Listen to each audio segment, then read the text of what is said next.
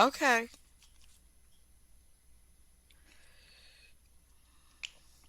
You know what? Okay. Okay. Let's Well, go. hello. Welcome to this month's Community Wise podcast. I'm Holly Long, and I am joined today.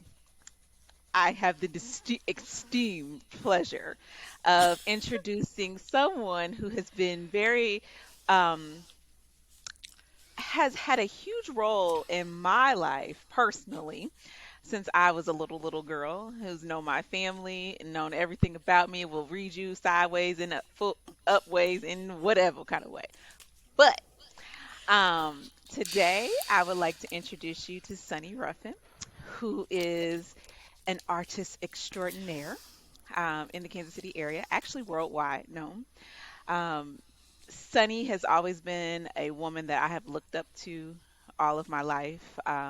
Just how she moves through the space of life is just only Sunny can do. I even model like my bracelets. I don't have them on today. I like stack my bracelets because Sunny stacked her bracelets and still does. And you would hear her moving in every room. You would hear her coming.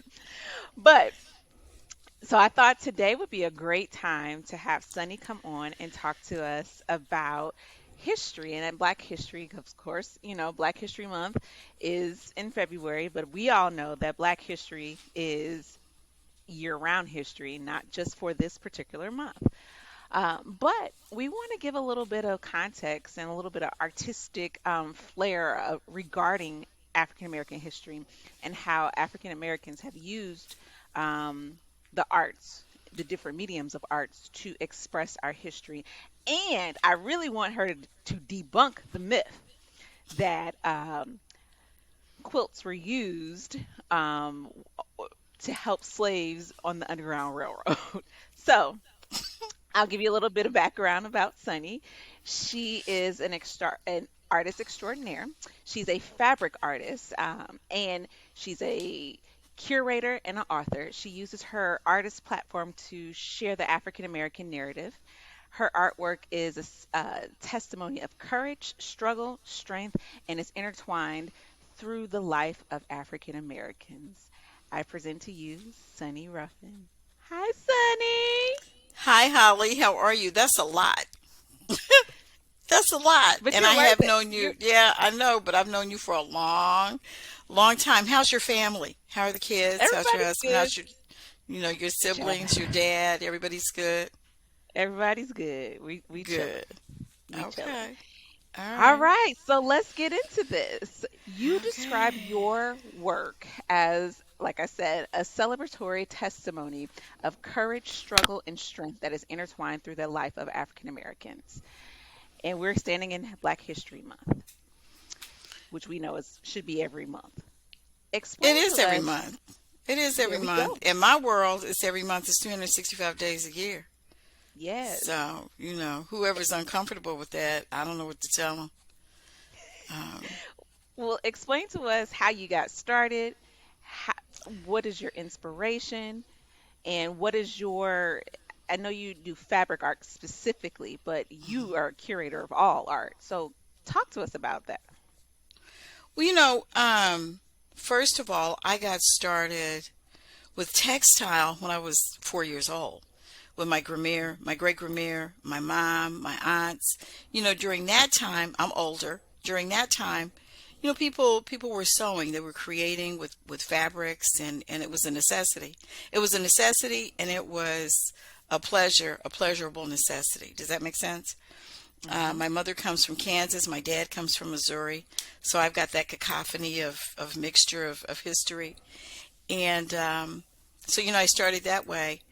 I stopped for a while because I was in retail for years in retail management. And, so I really wasn't doing a lot. Then got back into retail, but was still creating, right?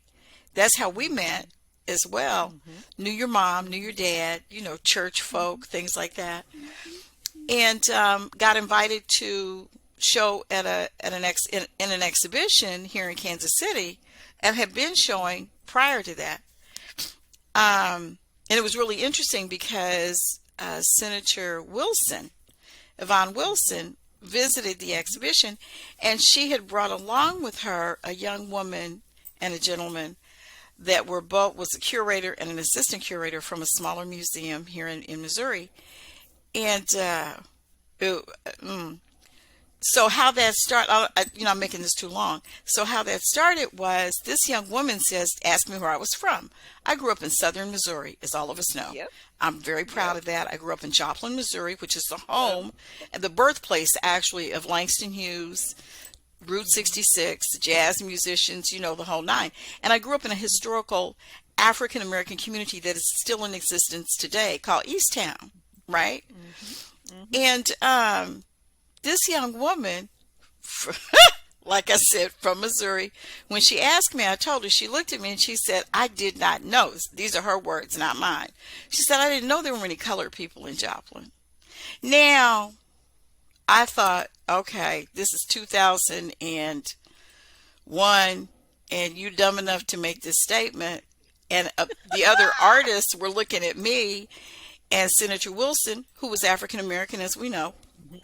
looked at her, and her colleague looked at her, and he was from a smaller community in Missouri as well, and he looked at me. And then all of a sudden it was kind of like, that neck cut, like Sonny, don't say anything. Right. And I looked at her and I said, what did you say to me?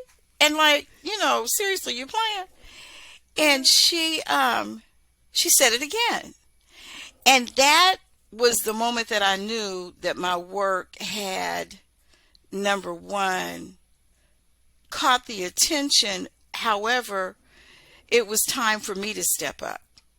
And then Mhm. I realized that my work needed to seriously be dedicated to the African American narrative and really dispelling a lot of the myths that are assumed. I didn't grow up in Alabama and Mississippi. Okay. So there are some assumptions back here where people seem to think that we all do the same thing. First of all, African Americans are not monolithic. Stop that foolishness, because Yes. that's what it is. We're not monolithic. We don't create the same. We don't think the same. We don't speak the same. We don't come from the same experiences. Our experiences are very different. Stop that, because to me that's foolishness. You're hurting yourself when you have this presumption that we are all the same type of people, right? And so Mhm. she looked at me some kind of way when I said to her, and I wasn't playing with her, I said, you need to go back and learn your history. If you're going to be in this part of the country, this particular museum is in Jefferson City, where there's an HBCU. Yes. So, I mean, Lincoln University, the home of Lincoln University, the other Lincoln University is on the East Coast. And this Yep. particular Lincoln University, I have 5 family members that attended, graduated, and kept it moving, and my daddy was one of them. So you silly enough to make that kind of statement and say, "Oh, I didn't know there were any colored people in Joplin." I was like, "Oh, I got to get on my grind, and really start creating works that are going to address these types of things in a manner that will educate kindly but forcefully to a point Mhm. who we are, right?" Mhm. So Yeah. that's how that all started. And I like working with textiles. I paint, but it's very abstract and it's like large and it's, these things. But textiles, there's a way that textiles are soft, strong, Mhm. and there's a strong history with that, Mhm. particularly in our community. You know what I mean? And why Yes. slaves are brought here. And I talk about cotton all the time. That Let's makes go a lot there. of people uncomfortable. You know what I mean? Mhm. But it's a reality. So why do Mhm. you want to step away from? This is the truth. I mean, we didn't create it. Slavery was a world business. It was an Mhm. economic generator, period. Absolutely. So don't be uncomfortable with telling the truth. If you were uncomfortable with that, find a corner, leave me alone, and go somewhere and sit down, because that's what this is about for me. And Okay. again, like I said, we are not monolithic. So, Mhm. my story, my experiences are very different than someone else that is black living in America and comfortable or uncomfortable, however you want to put it. So it all came out of that. Like I said, I'm making this too long. It all came out of that.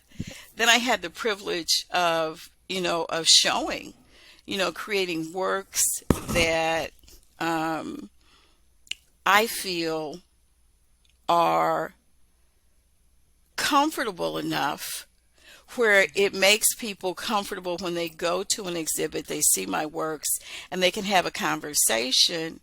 And then they get it wrong because I'm standing there. They don't even know that I'm the artist, which I love. I love that. It's so cool. And I'm standing there and I'm listening to these comments. And it's like, and she did, and this. And I'm like, sweetness, I might have put the red in there because it was something I needed to do at the time. So the red might not be significant to what, but that's what's cool about people when they go to, when they go to exhibits and they see these works, and it's like, oh, and she did, and I'm like, oh, okay, and I'm standing there, right? So that's really cool. That I like that. I like being able to do that. But what I really love about the work that I do in textile, and I've had the privilege of designing textiles, that can be used by others in their creative process. I like the opportunities of going out and speaking about the work that I do. What I really love is when a young person sees the work and their eyes light up and it's like, wow, like, can you teach me how to do that? Can you show me how to do that? Can we talk about this? Is there, needle and thread is powerful. It's very powerful because you got to sit down, take your time, and really put some thought into what you're doing, when you're doing something like this. So, that's my story. I'm sticking to it. What else you want to know? That's where I'm at. Okay, a couple things. Yeah. Now, we do know and agree that a lot of artwork, needling, even clothing, a lot of families have used those to pass down their family traditions and family history. And so, to a point, yes, I will say you can tell a family's history by the quilts, you know. But what I do want you to clarify for a lot of people is that the statement that fabric and quilting, it was used during the Underground Railroad to help free slaves, to direct slaves to go north. Talk to us about that story you shared with me offline when you saw or someone had said that to you. You had to politely correct them. First of all, artists are storytellers, right? And when the story first came out that there were quilt blocks that were used or designs that were used, I want you to think for a minute. I really want you to think for a minute because this is the irony of all this is really interesting. You're a slave. Your clothing are not changed for years, right? You're working in the loom rooms. You might be picking cotton. You might be picking corn. You might be picking soil. You might be picking rice. We were brought here for a variety of reasons. Again, it was economics. And indigo farms, they existed. Now, if you had white allies with the Underground Railroad, those people didn't have time to make quilts. I'm a fabric artist. I don't even use the quilt designation because of the intricacies that it requires to create these magnificent pieces.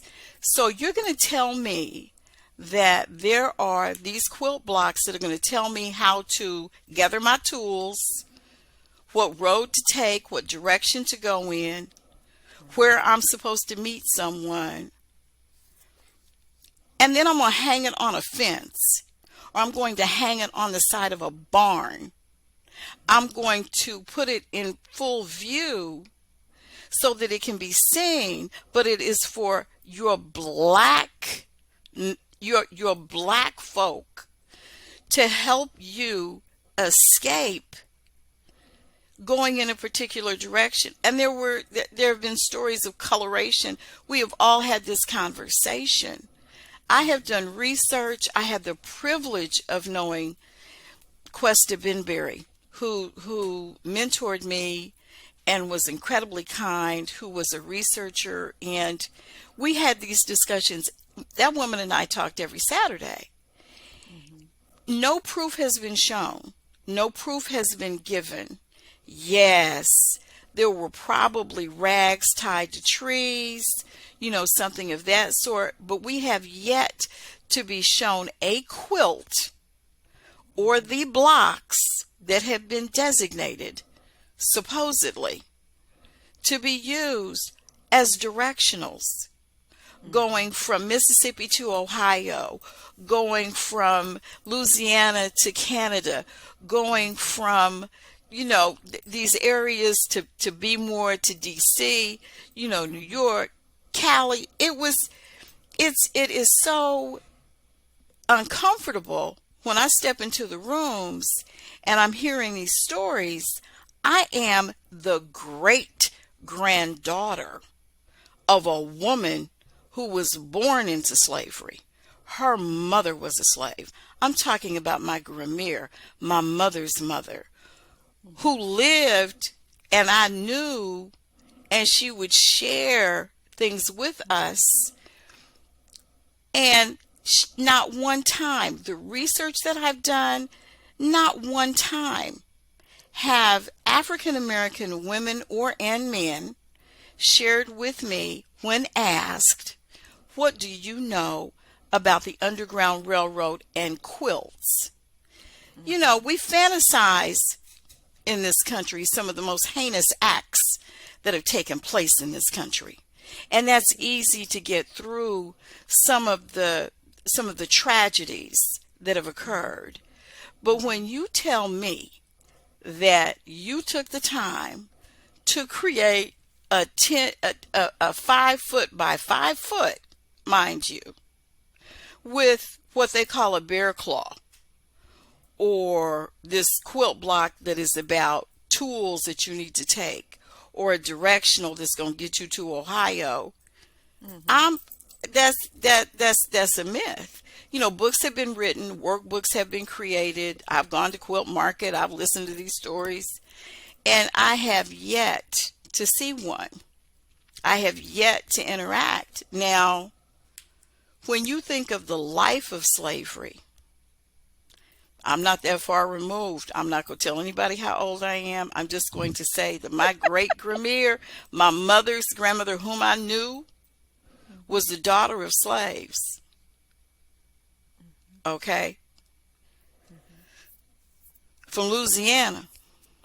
And I have visited plantations. There is no way possible.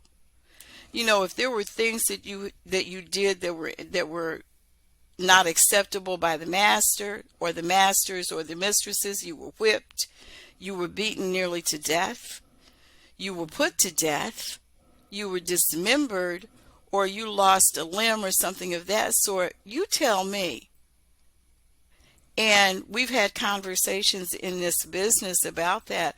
I think what's dangerous about telling stories is that you're telling it to make yourself feel good. Look, it happened. It occurred. Yeah. And I am not one to take it lightly, because I have family. We just found the records of my great grandfather coming out of the Carolinas, who's on the slave rolls. And when you see those names, it's something that goes through you. He was able to escape from Anderson, South Carolina into Kansas. He became a minister. There were things that people had to do. He didn't have a quilt along the way. I have family quilts in my home that were made by my grandmere and my great grandmere. I have those things.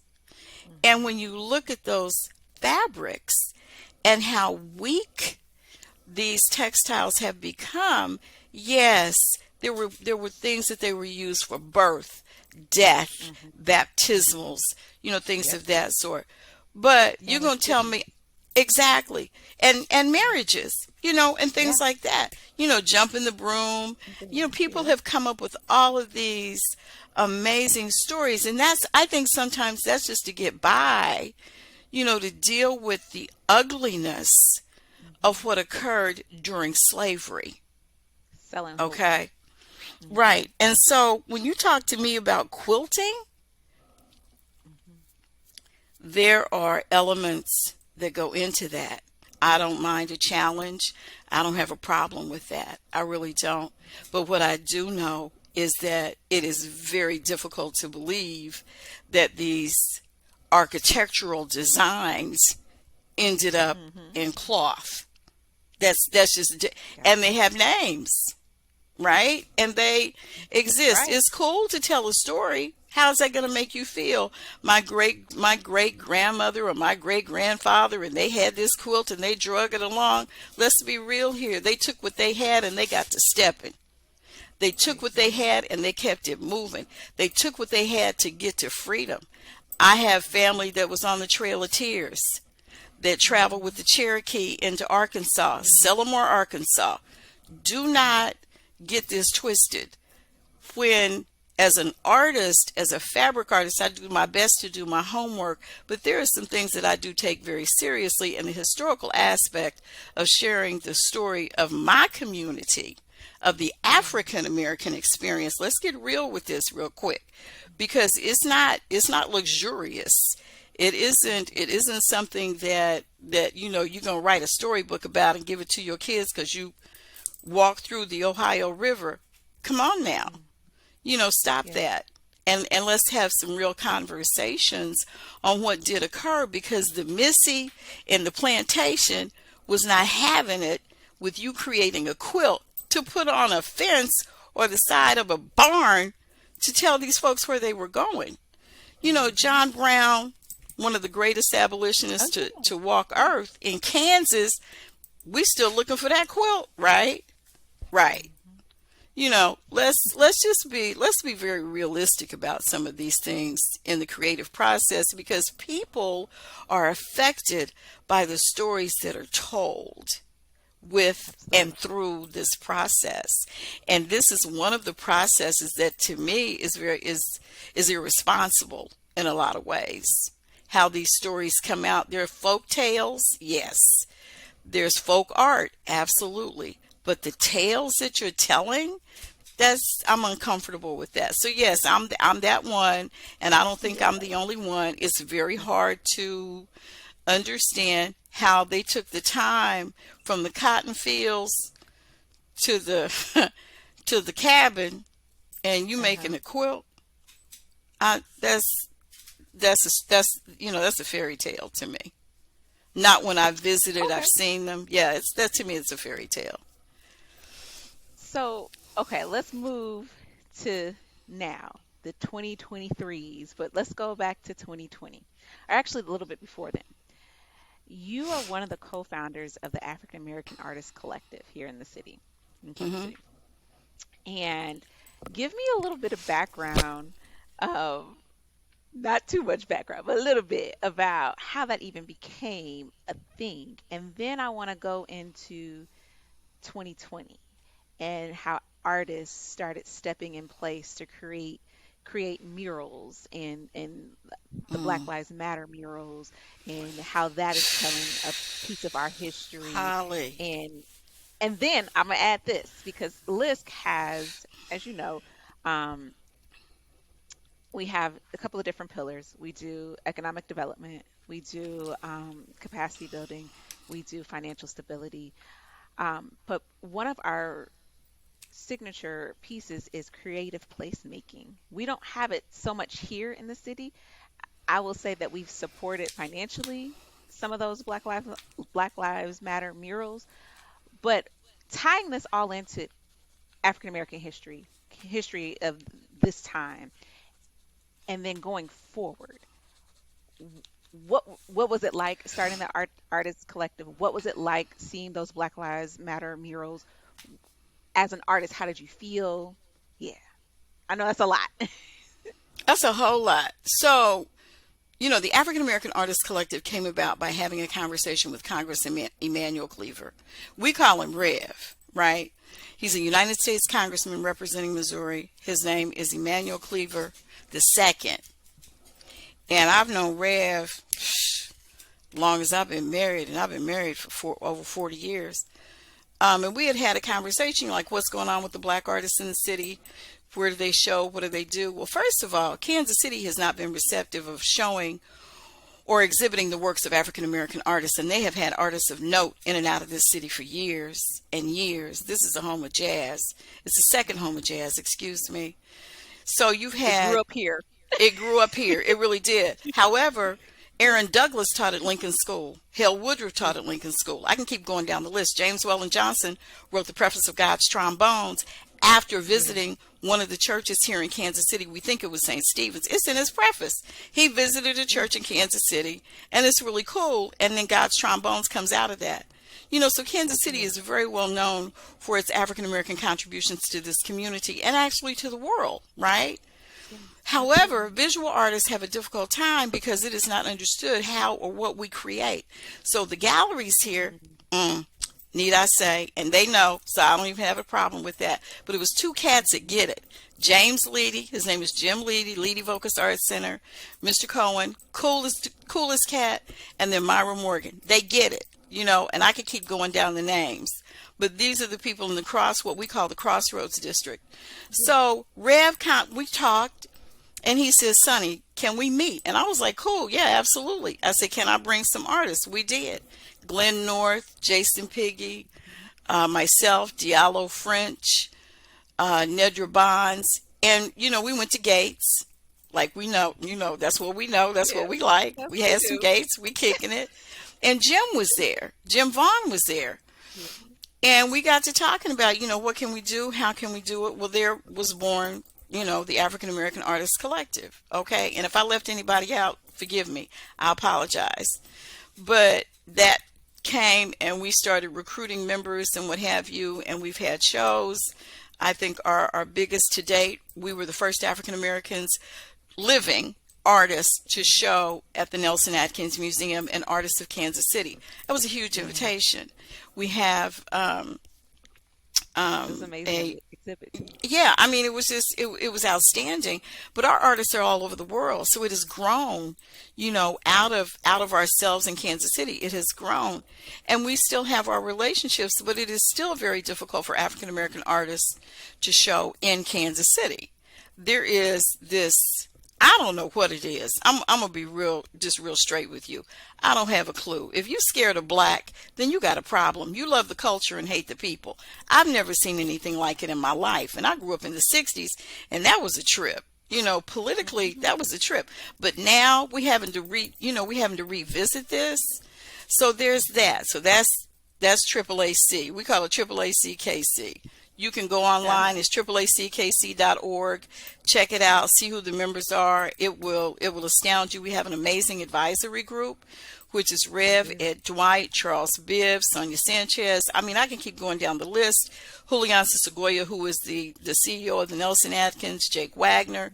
They help us. They help us through the process. We work with everyone that's in the business. And I think what's important is that we're a community-based organization, and we love everything that we do. These are some of the most amazing artists that I've had the privilege of working with, from photography to literary, in the country. Now, Black Lives Matter. Let me say this to you. And, like I said, this concerns me, but I'm going to say it anyway. The African American narrative, and to look at it historically, we were brought here to work. We were brought here as chattel. We were not expected to survive whatever was put in front of us. We were not expected to grow outside of our circumstances. We were not expected to build outside of those circumstances that were presented to us. When we witnessed, because now we have technology, Yeah. the destruction of black people in this country has been going on since the inception of this country. Let's be very clear here. I'm not going to play with this. I don't believe in that. Like I said, I'm black 365. You uncomfortable with that, find another corner and get to it, because it's not going to change. And we have, along the way, lost a lot of things. When young people witnessed and have witnessed, I'm from the era of Emmett Till. My grandfather lost a relative in the Tulsa burning. These are things I grew up knowing about. And so when people say, well, I'm just now finding out, I'm like, you know what? Check it. When you saw what happened to this brother in Minnesota, and that young woman that braved filming and didn't stop, did something, and her courage to make it clear, this is what we hanging with. Prior to that, we got Michael Brown. Prior to that, we got Trayvon. Prior to that, it just, and it just keeps going. I made a conscious choice. I was asked to create a work for the Leon Jordan Police Precinct on 27th and Prospect. It is beautiful. And I did it because we have to get involved with the policing of the people that live in our community and outside of our community. And we have the right to have a say. We have a right to support the growth in a positive way of how our people are treated. But that's all people. Yes, Black Lives Matter. Absolutely. And we have mattered ever since we landed on these shores. 1619, this is a 400-year-old problem that has been going on for a long time. However, we are living in a time where our children do not care who they're dating. They're dealing with love. They see somebody, they like you, that's what's going to happen. I'm a mom, you know that. I'm a Gramere, you know that.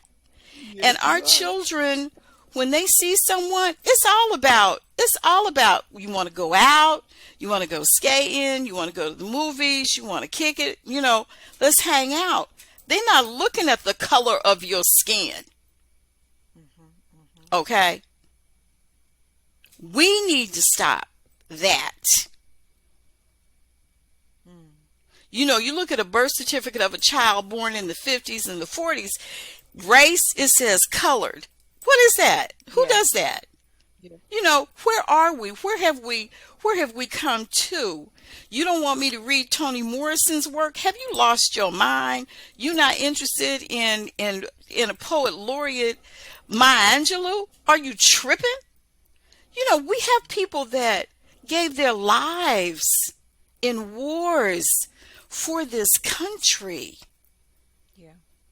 How dare you tell me that I'm not important to the element and the systems that seriously, I didn't put those systems in place. I didn't write the Declaration of Independence or the Constitution. Those things were put in place before we got here. Allow me, allow mine, allow those, because I'm going to tell you something. And this is real talk. Okay? When a white woman marries a black man and that seed shows, but that child looks some kind of way, I happen to be that. Yeah, you are. Okay? So when you look this color, oh, by the way, seriously? My mother used to say this to us all the time. She was a dark-complected woman married to a light-complected man. You don't know what you're going to get at the end of the day. We have to be kind, respectful, and grace to one another. We can no longer keep walking on this planet called Earth, mistreating one another because of the color of my skin. I'm not going to disrespect you because you're a white person. I'm not going to disrespect you because you are a black person. I'm going to treat you right because I expect to be treated right. That's what my art is about. But my art takes it I want to another level. I want you to think about who I am. Walk in my shoes for a minute. And if you're uncomfortable, then think about, why am I uncomfortable as an African American living in a country that my ancestors helped build, fought for, their lives were taken for. I'm not talking any war. I'm talking every war. Yeah. Every single war. So stop playing. Stop that. So when you say Black Lives Matter, absolutely. And I'm not going to be shamed. I'm not going to be shamed. I'm not going to feel some kind of way. I'm going to continue creating my art that addresses the African American narrative, to continue teaching and hopefully opening up some hearts so people can see that our children is who matters. For You sure. getting ready to tell me that I can't teach my child about those experiences? Absolutely not. Absolutely not. We're in a situation right now. Absolutely not. No. Okay. So I'm what? black all So day. when you all, when the mural was created Wow. here, Yeah. all of the different murals, can you talk to us Yes. about them and the process, and how did it feel as an artist in Kansas City for all the artists to come together to show the community? So creative placemaking for LISC, it's kind of like it's the intersectionality of economics, culture, race, all those things, and it puts it into one category, building up historically disenfranchised communities. And so these pieces of art make those communities, grand, and they look beautiful. And so as an artist, and if you could go back to, what was that, the summer of 2021, whenever those murals were done, what was the feeling amongst artists here? What was the feeling in It was general? astounding. It was amazing. We have several artists that participated in that. Harold Smith, Michael Toombs. Michael Toombs worked on the piece that was on Troost, and I had the opportunity of talking with him, and I saw them, and then I saw the one, Anita Easterwood, who's also a member, and other artists within the community that participated in those murals. There's a power there when people come together and create for Yeah, the same healing process, right? it was There is a community. power. Yeah, exactly. Yeah, It's all community, and that's what we are in the first place. yeah, Those murals said a lot about Kansas City. It really did. Kansas City has had its racial issues and still do to this day, and it's not a absolutely. joke. It is what it is. But coming together, there was a moment. There was just, you get that little wrinkle right there, and there was that Hmm. moment where these murals spoke to a community coming together. No, a whole lot of people didn't like it. Yes, Yeah, there were, these things, but the artists are documentarian. They document, they give for testimony sure. to the things Hmm. that are happening around us. And that's what that did. It gave testimony to a moment in time. It was an integral part of the overarching creative process. Why not do it in the streets? We've been doing everything else in the streets. So paint the streets. Make them look True. some kind of way, and then look at what does that do when you come together and make something like that occur. This is all Yeah, races, all groups, all artists from a variety of practices that it was understood beautiful. the importance of these street murals and what they would do for the city. Now, I'm just saying it was extremely important. It brought people together. And I think it's still, whenever you do a mural or anything that's a community project involving paint, paper, brushes, things like that. It brings the community together. You get to see yourself in a very different way, in a in what's going to eventually, you hope, become a pot of stew, and everybody can Yeah, participate. Everybody like can be a gumbo. part of that. Yeah, and I think it's important. I really do. Absolutely.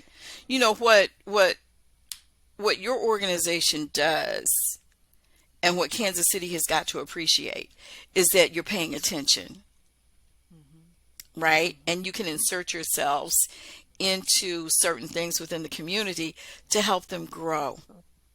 Absolutely. You know what I Absolutely. mean? And that's important. We need more organizations like that. We need more organizations that understand the power of the arts and what the arts have the ability Yeah. to do, because there's power in that. You can have all Yeah. the money in the world. What you doing with it? How are you Right. You can't how take are it you with you. creating change?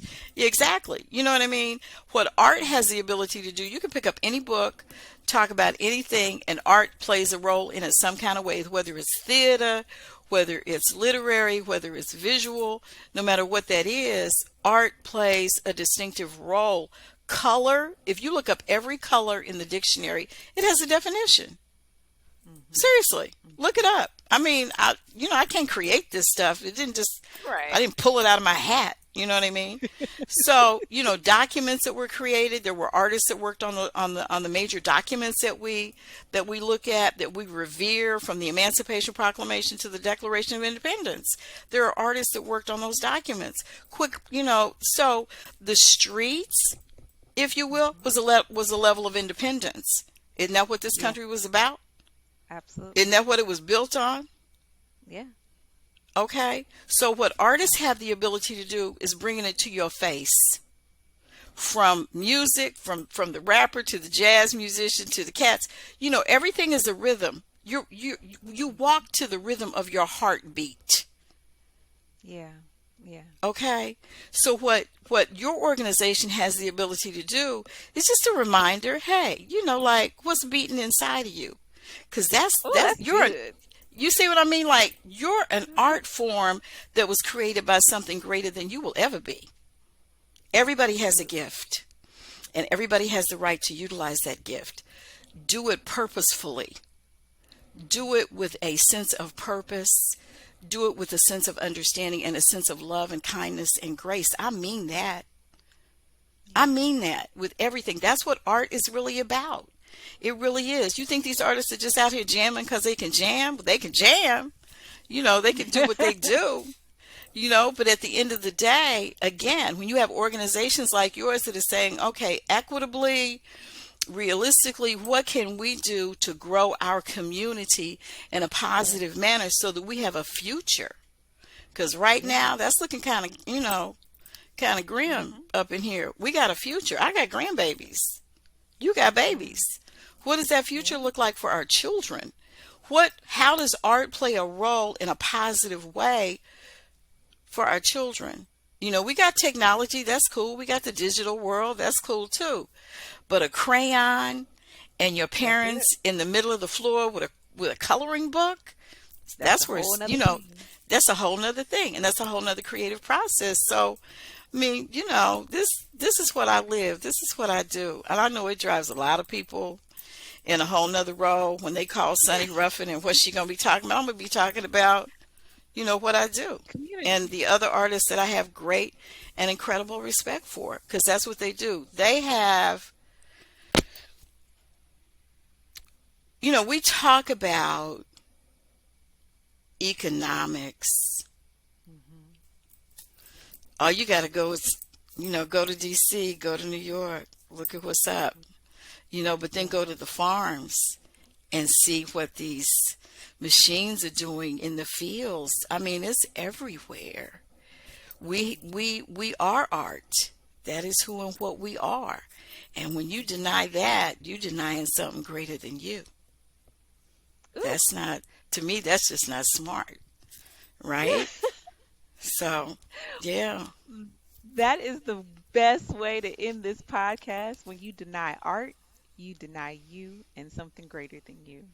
So, exactly. Sunny, we love you. Thank you so much for everything you've done for our community, for our world, for just pushing the narrative of knowing the importance of African American history and how that's cultivated through culture, through community, through expression. We love you. You got any concluding comments you want to say real quick as we wrap up? Yeah. Um, Thank you. But thank Kansas City as well. Absolutely. They have been supportive. They put up with my crazy. I appreciate it. I really do. Because I know they do. And I walk in the room and it's like, here she comes. Here we go. What we But about to do? something? Yeah, like, here we go. We got to deal with this. But you got that in every community. Keep doing what you're doing. Keep opening up the doors and keep allowing the voices of this community to be heard because it's extremely important for the growth of this community. You're my future. You're the Yeah, future of your children and my grandchildren. That's absolutely. important to me. And your organization, and I mean this with every nth of my to my everything, is Hmm. extremely important to this community to grow at a level and on a place where we don't know. It's Yeah. never ending. It really is. So no, thank you. I appreciate you very much, and I appreciate you taking the time and for me being here to hang out. This was hip. It was cool. This is good. Yeah. Well, that is this month's Community Wise podcast. You got to hear the heart of the community through culture, through arts, through African American history, through Black history. Happy Black History Month, guys. And we'll see you in March. There it is. Take care. See you. See, don't hang up, though. Okay. How was that, Sunny? It was cool. Hey Charles, are you